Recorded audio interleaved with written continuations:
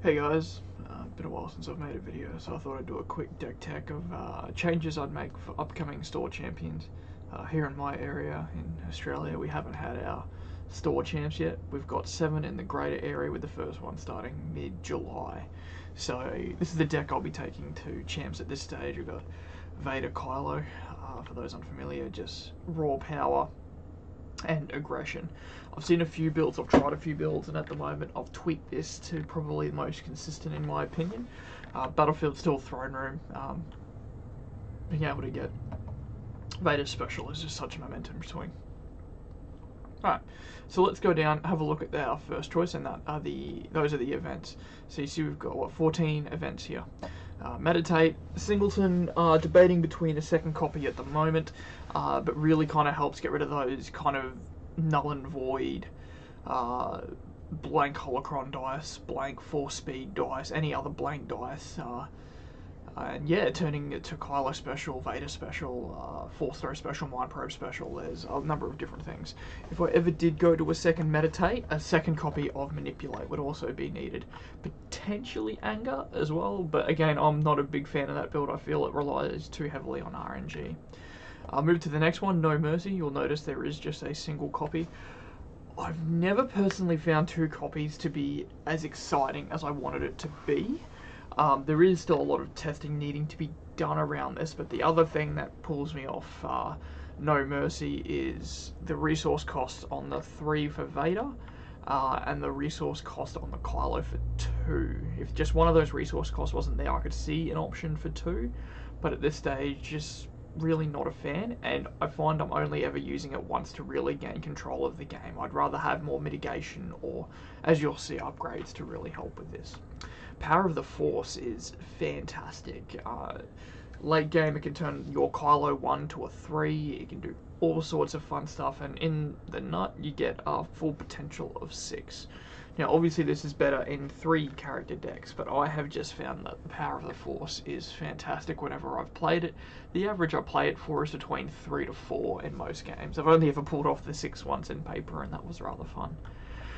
Move to Deflect, pretty stock standard include. Not only does it remove a range damage dice, but also deals half of it, minimum of 1 up to 3 if you get the ATSD, which you never get. But I find it's just a must-have for matchups like Pomaz and Palpatine, which I feel after probably around 100 games with this deck, both in paper and in TTS, that are probably one of your worst matchups. Obviously, any 3 character deck is also quite flawed unless it's Mill. Mill we just crush too quickly, but Palp can just deal the 22 damage needed quite quickly unless we have mitigation for that.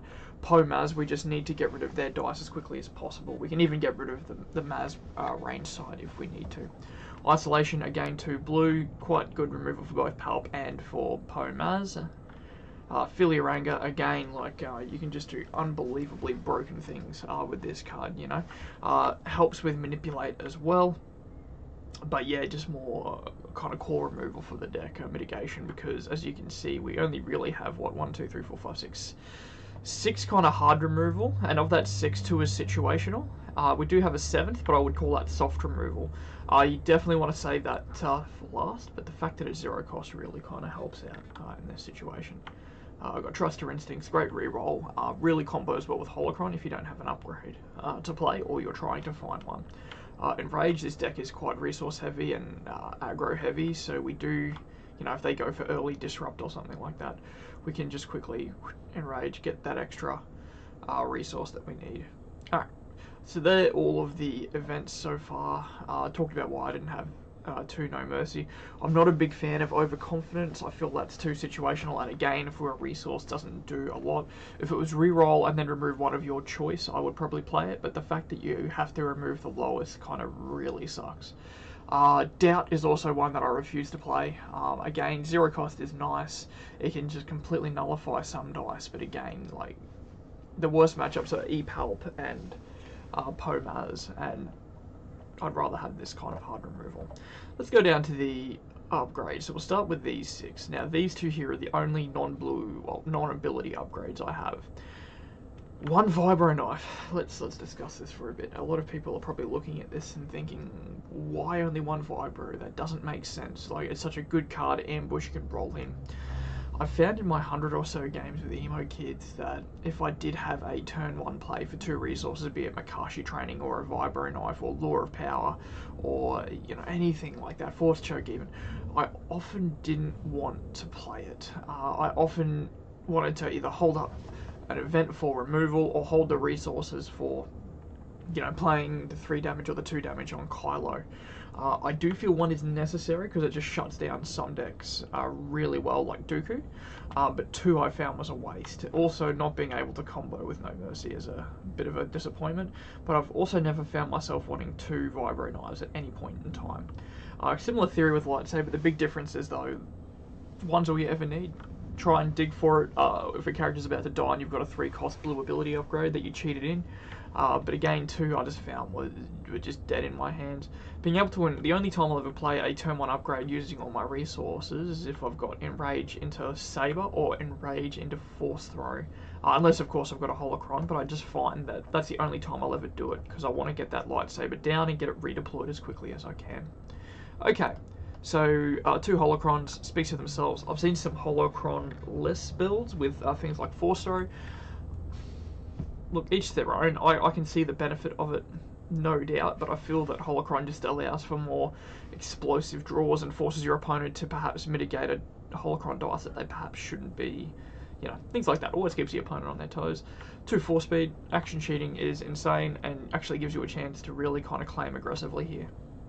Now we get to the bread and butter of the deck, and while some people may disagree, I've really gone for the blue upgrade kind of portion of this deck. So, starting, actually we should have swapped those, doesn't matter.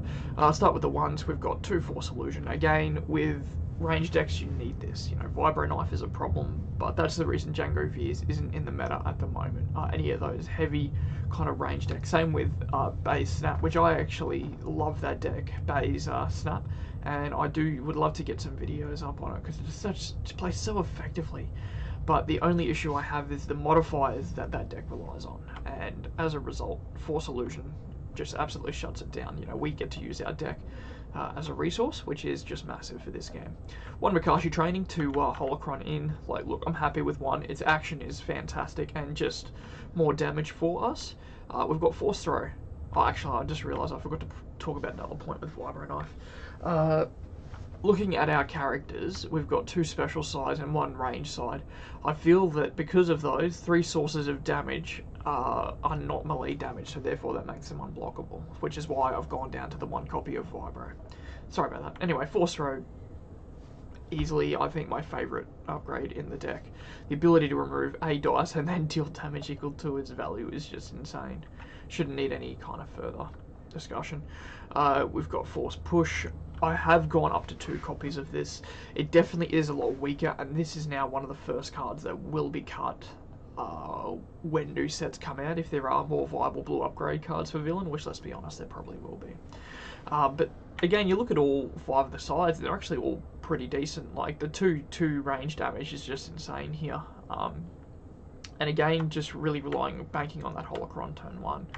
1 Force Lightning, I found the 2 resource costs were just a little bit too inconvenient, particularly if you're cheating in and already spending a resource to play it in, and then you might have spent your resource elsewhere. So I've gone down to 1 Force Lightning because it is still a fantastic card, particularly when you get to untap with it and just wreck some face.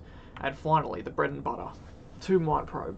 With 2 4 speed, trying to get in quick, I feel that Mind Probe is consistently hitting for 3 to 5 quite frequently, and with 2 special sides, it's another one that we can use with our battlefield if need be, needing to get into that final realm of damage, and able to combo with Meditate as well. So this is my kind of scenario with the deck. Some notable exclusions I've already discussed. Lure of Power, can't cheat it in with Holocron, so again, not interested in the slightest.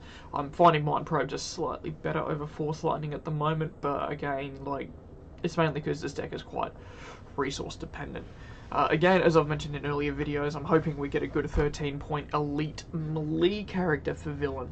That would be fantastic to use.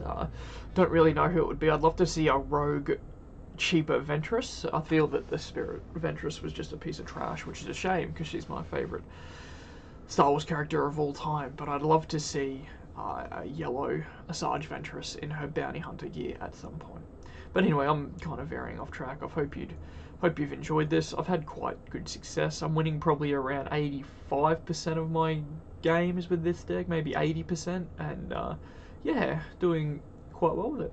But yeah, feel free to subscribe to the channel, look at more videos as I upload them, and yeah, thanks for watching.